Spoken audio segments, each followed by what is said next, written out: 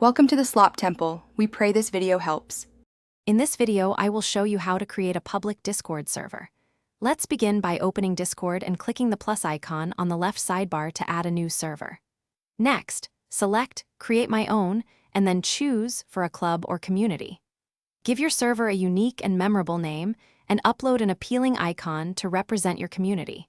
You can invite friends now or skip this step to configure your server settings first.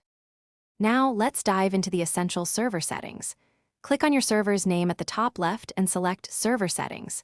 Here, you can adjust the overview settings, like the server region, for optimal performance. Crucially, set up roles to define and manage member permissions, ensuring a structured environment.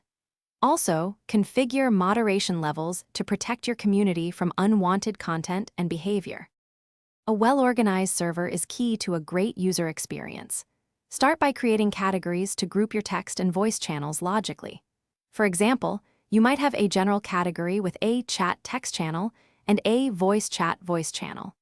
Add specific text channels for various discussion topics and implement voice channels for real-time audio communication.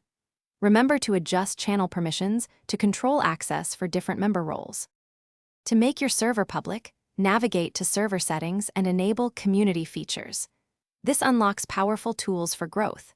Set up a clear rules channel and a welcoming welcome screen for new members, guiding them upon arrival. Create an announcement channel for important updates and news. Finally, share your server's invite link widely across social media and other platforms to attract new members and grow your vibrant community. Thanks for watching.